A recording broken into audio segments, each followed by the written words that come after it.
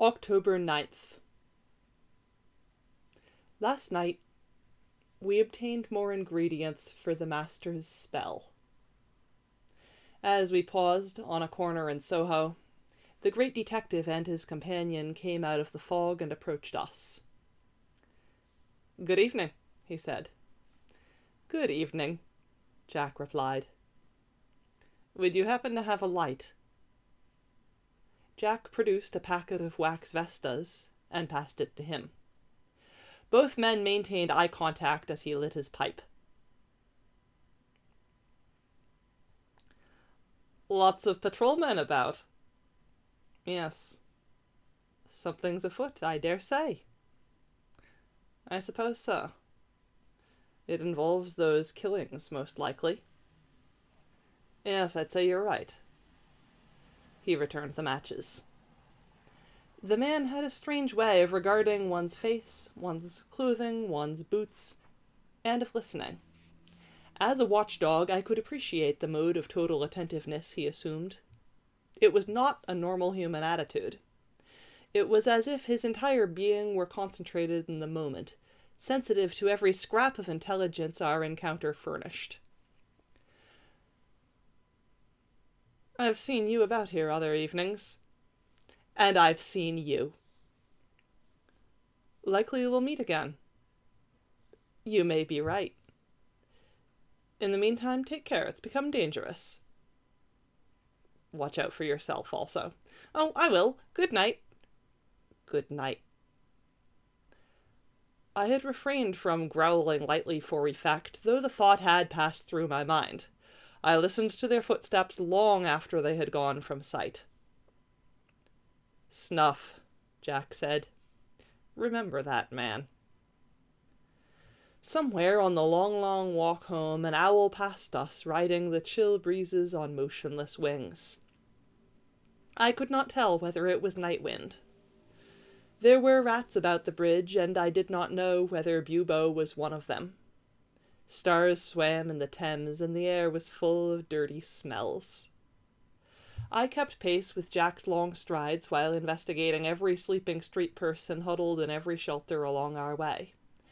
I felt at times as if we were being followed, but could discover no reason for my apprehension. It could well be that our mere progress through October was in itself sufficient to produce anxiety. Things, of course, would continue to worsen before they got better, if they were ever to get better again.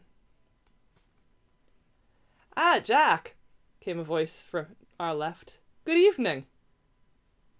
Jack halted and turned, his hand near to the place where his knife was concealed. Larry Talbot stepped out of the shadows, touching the brim of his hat. "Mr. Talbot," Jack began. "Larry, please." "That's right, you're American. Larry, good evening. What are you doing out so late?" "Walking. It seemed a good night for it. I tend to insomnia." "You were in town, perhaps?" "Yes." "So was I. I met the great detective himself and his friend. He stopped to ask me for a light." "Oh?" Larry glanced at his palm, seemed reassured of something, went on. "I got the impression he's involved in the investigation of the recent slayings, of which I understand there was another tonight. You hear anything about it?" "No." "Cautioned me to watch my step. I guess that's good advice for all of us, though." "Did he give the impression he had any real clues?" Larry shook his head. "He's a hard man to read. His partner muttered something about dogs, though." "Interesting." "I'll walk you part way back, if I may." "Surely." 8 days more till the death of the moon," Jack said after a time. "Are you a moon watcher, Larry?" "Very much so," came the reply.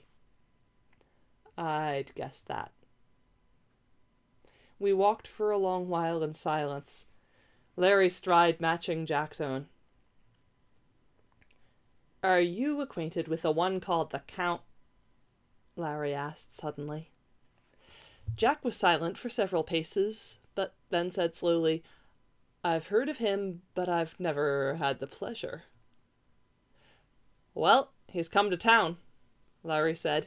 He and I go back a long way. I can always tell when he's about. Opener, I'd guess. Jack was silent again. In my mind, I revisited yesterday afternoon when Greymalk and I had made our way along the route Bubo had shown me. She ventured into the crypt while I waited above. She was down there a long while, silent as a cat, before she repaired topside. Yes, she told me then, the rat was right.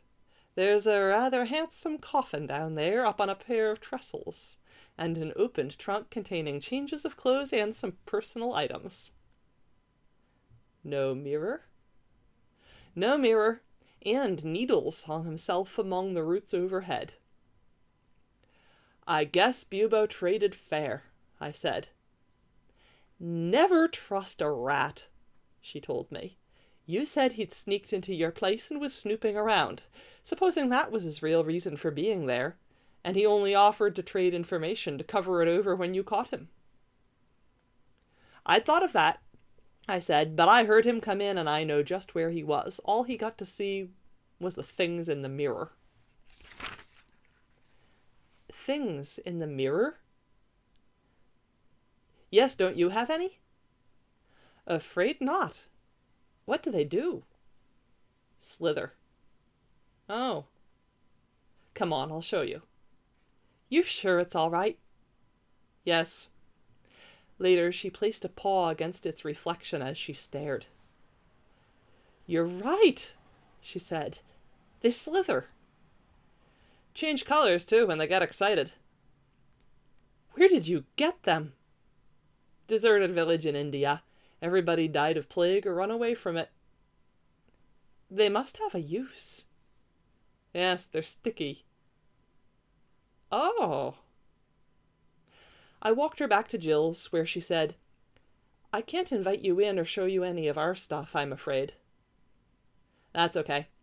Will you be prowling tonight? Have to go into town. Good luck. Thanks. Jack and I parted from Larry at the crossroads near his place and headed west towards our own.